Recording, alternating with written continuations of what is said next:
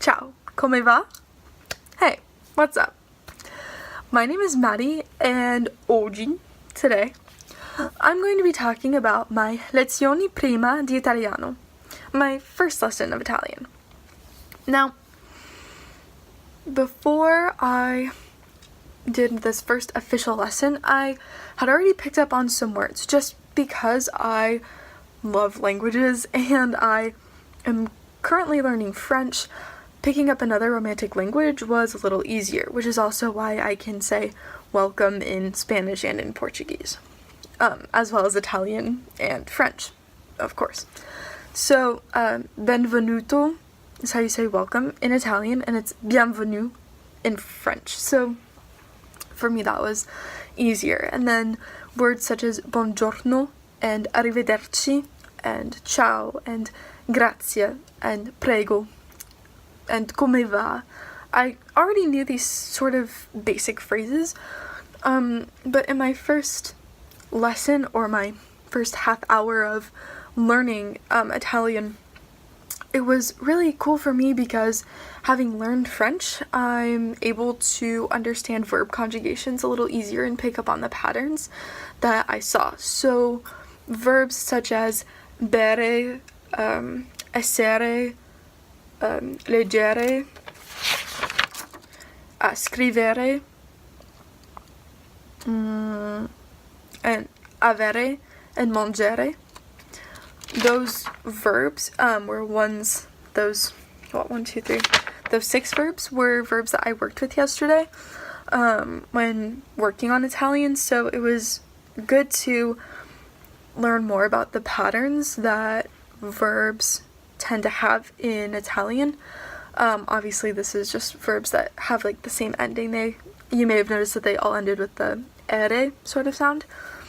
So there's that. So when it's I, so I is io, you singular and informal is tu, which is the same as French, so that's easy. And yo reminds me of yo in Spanish, so these are just connections that I'm making. Lui is he, lei is she, loro is they, voi is you plural and formal, and then noi is us or we. But I also kind of got to work with articles yesterday, and not necessarily like singular articles like un or il, not la or lo, but I got to work with plural, what did I just say? Plural articles. So, such as like, gli means the when you're talking about a plural, like, group of men or or of men. So, for example, if I said, gli uomini bevono l'acqua, the men drink water, is basically what I said. So simple phrases like this were what I primarily worked on, and those were a lot easier to kind of get under my belt, and I think it was really helpful to learn how to conjugate these verbs. And verbs such as essere, which means to be, like, that's really important, and avere is to have, so I know those are going to be used a lot.